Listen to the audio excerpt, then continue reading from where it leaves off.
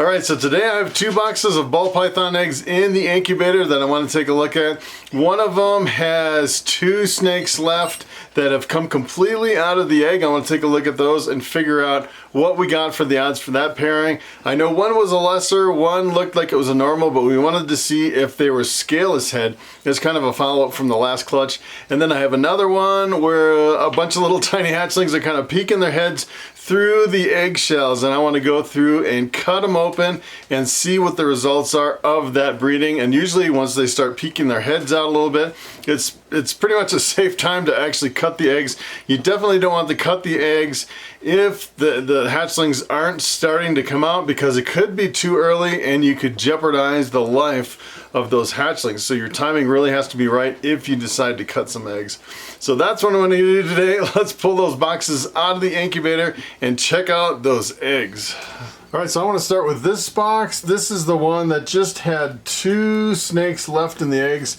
And I cheated, I peeked in there and they're actually completely out of the egg. So we just want to take a close look at these 2 guys, and they are looking really good. These are some really beefy, some pretty chunky hatchlings.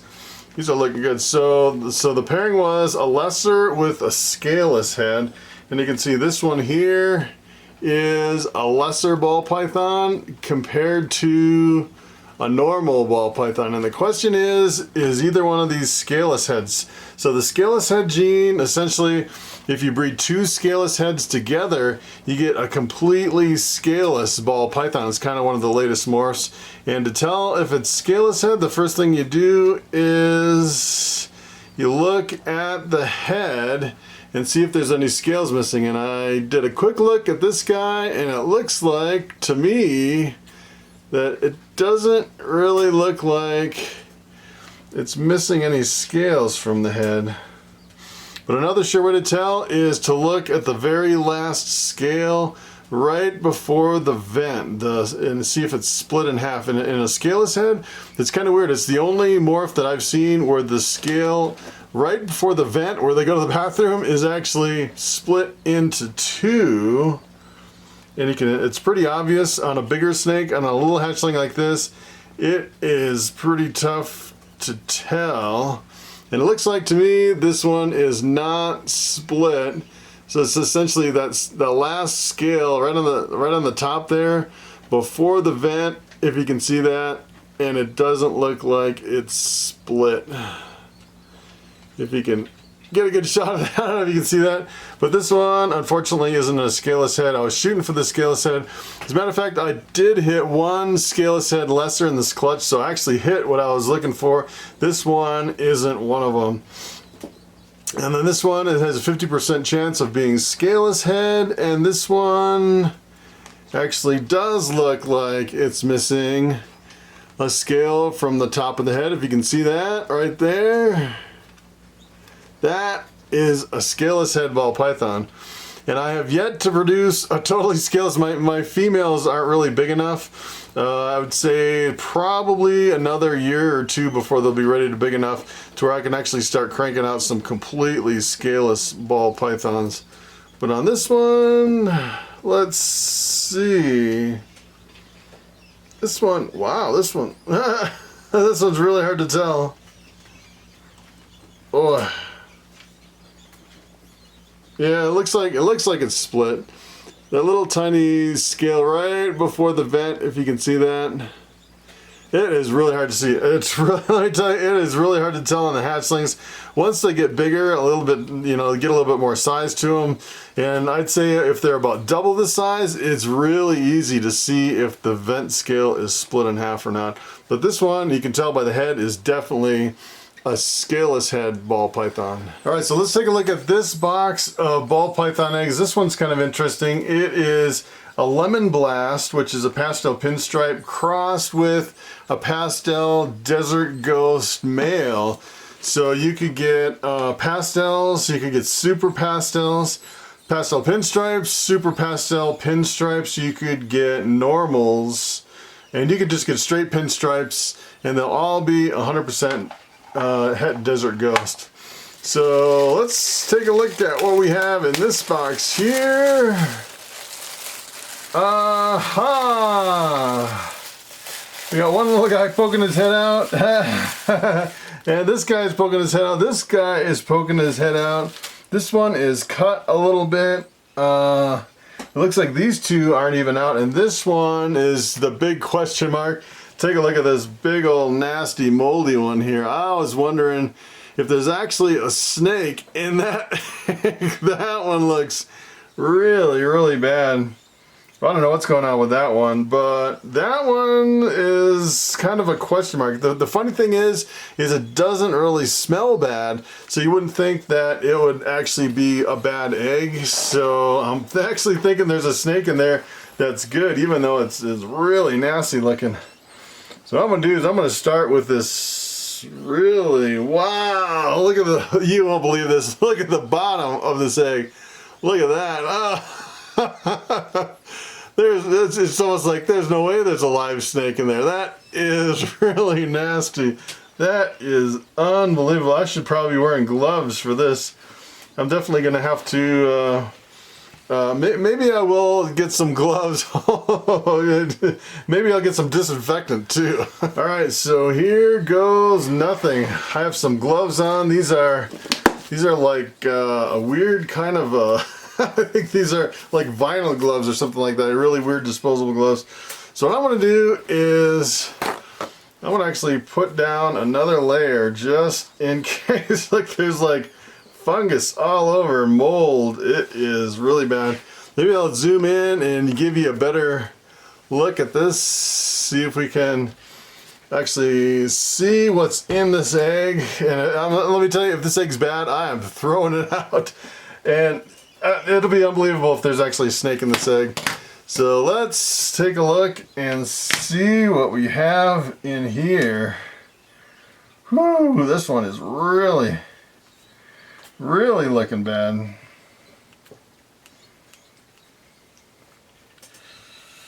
Oh.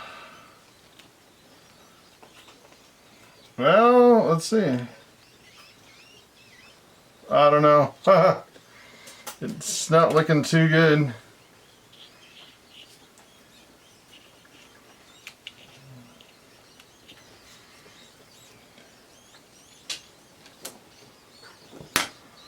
Well, that one's not really looking that good.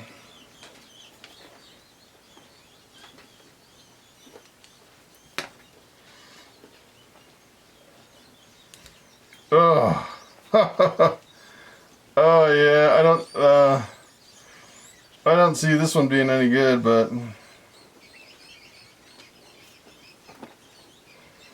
oh yeah, this one's bad. Oh yeah, it's really bad. It smells really bad now that I opened it. Ooh, ooh. That one is definitely no good. Actually, that smells so bad, I'm gonna take it outside and get rid of it. Whew, that was really stinky. All right, so what I'm gonna do is I'm gonna clean up with a little disinfectant here, just to make things smell a little better. This is like a diluted F10 solution. That was really bad. Whew. Man, it didn't seem that bad until I opened that egg, and then, whew, it was ripe. Oh. That is pretty bad.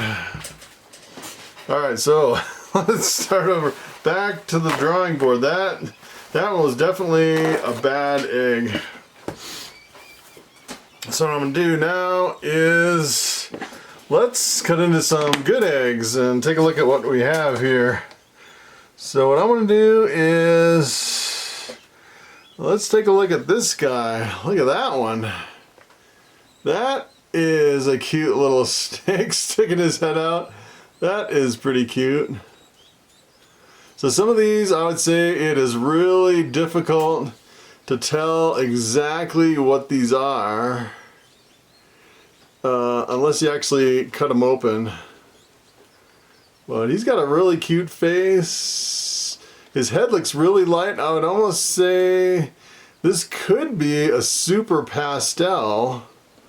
It's so weird how they like stick their head out and they just kind of hang out there. So what I'm going to do is try to coax them back in a little bit, because I don't really want them to come out of the egg. Let me zoom this in just a little bit more, and I'll cover this up. And let's take a look at this one here.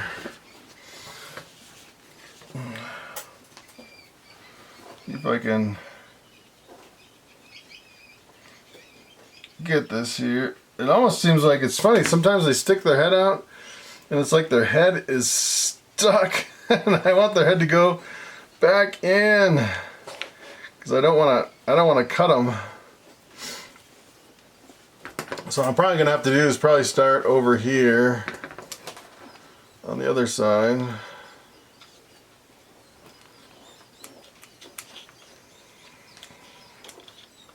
This one, wow, this one, wait a minute, now, what was the pairing? This was,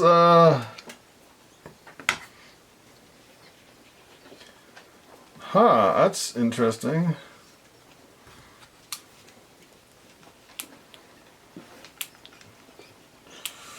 I want to really get this up close to his head, see if I can pop it out a little bit. If I can get his head in there. There we go. So this one, to me, looks like we hit it. This one looks like we hit it. So this looks like, to me, that looks like a super pastel pinstripe, I think.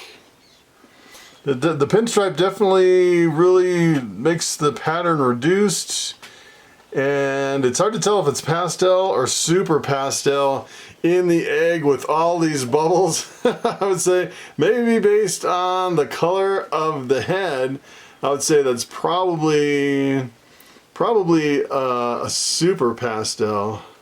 I'm trying to cut them open a little bit bigger for you guys so you can see a little bit better in there, but that is, hopefully that is the crown jewel of what we're shooting for right there. That was pretty good on the very first one. So let me take a look at the next one here. This one seems a lot drier.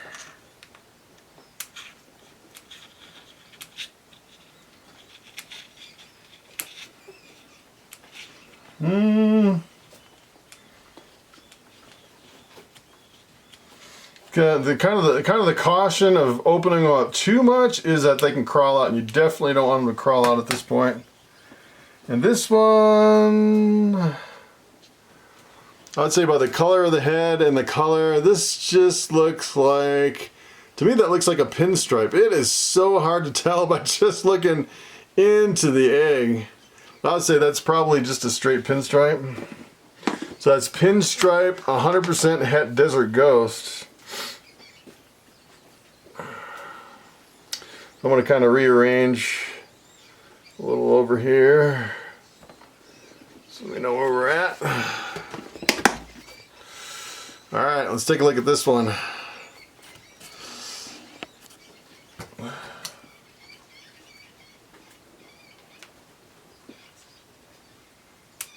This one looks like it's pretty obvious. This one's right up against the top. That's pretty obvious. That is definitely just a straight pastel.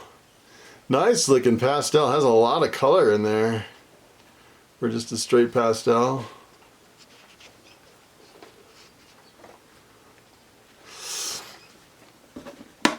So looks like we're doing pretty good so far. Got another one that's slid open here. And then what I'll do is I'll come back in a few days and we'll actually take a look at these in more detail after they come out of the egg. We'll set them up in the hatchling rack.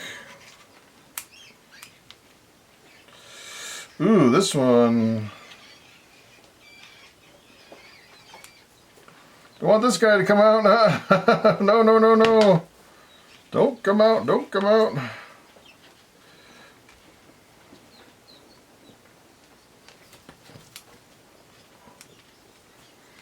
I can definitely tell on that one, the pattern one was really reduced. This one, I'm not going to open it too much because he's kind of squirming around in there and I don't want him to come out, so I don't want the hole that big. But you can see, if you can actually see in there, I know people are saying, man, it's really hard to tell in that little hole. That looks like just a straight lemon blast to me. And I definitely don't want this snake to come out. I really want them to come out on their own. I don't want to force them out. Sometimes they haven't completely absorbed the yolks, so it's really best for them to stay in there as long as possible. So I have 2 more eggs, and I would say, so this is, see if you can see this is kind of dimpled in. This is usually a pretty bad sign. If they run out of, if they don't have enough humidity during incubation, sometimes they'll do this. And you either get a really small hatchling or sometimes it is deformed in there. So I'm kind of a little bit worried about this one. We'll see, especially since the other ones have actually cut their way out and these 2 haven't, but we'll take a look. You never really know. And usually what I do is I just kind of take a peek in, quick peek, and then I'll let them come out on their own. But this one, I have no idea what this one is. I don't want to cut it open too much, but it looks like it has, I don't know if you can see that, it looks like it has pinstripe in it. Maybe I'll take another little snip. Yeah, this one's not looking good. Doesn't really smell too bad, but I'm not sure about this one. This looks like a pinstripe, I would say. But it's not. It's usually not very good if it's dimpled like that. Sometimes you actually, some people actually say that if you cut them open, you actually save the snake because a lot of times they don't have enough strength to cut their way out. So there's, you know, kind of both sides of the fence. Some people say it's good to cut and some people say they would never cut. And probably the biggest thing is you don't want to cut too early because you can risk the life of the snake if you're cutting way too early. So here's another one. This one feels like it's got a little better condition than the other one, but you can tell it's still a little more dimpled in than I would like to see in an egg at the end of the term. These have been in the incubator for 2 months, and usually when they're kind of shrunk down like this, it's usually not a good sign.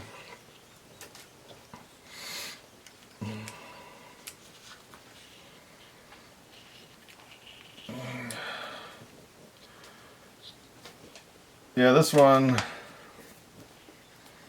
not looking so hot, I would say.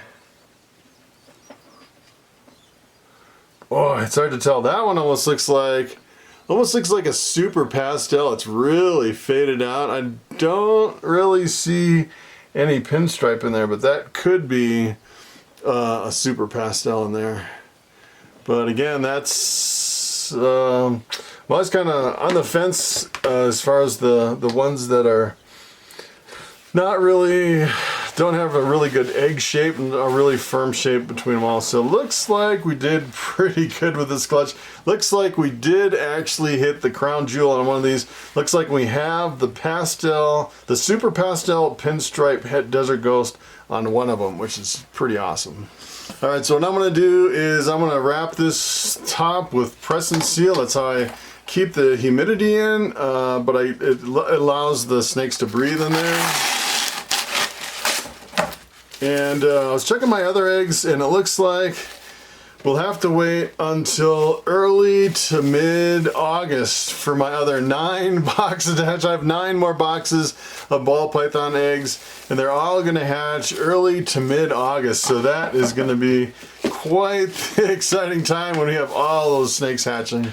All right, so those were pretty good odds on this clutch of eggs, and let me tell you, when you're cutting open eggs and peeking in with the snakes in the liquid and it's all bubbly and messy, it is really tough trying to figure out what the morphs are of each individual snake. And I've been wrong quite a few times, but it does look like we actually hit the super pastel pinstripe, and of course everything is 100% het desert ghost. And if we did hit it, what I'll do is I'll take that back and I'll breed it back to my visual desert ghost, and then hopefully produce the Super Blast Desert Ghost, which would be pretty much what we're shooting for in this whole breeding progression, going from the hets back to the visuals.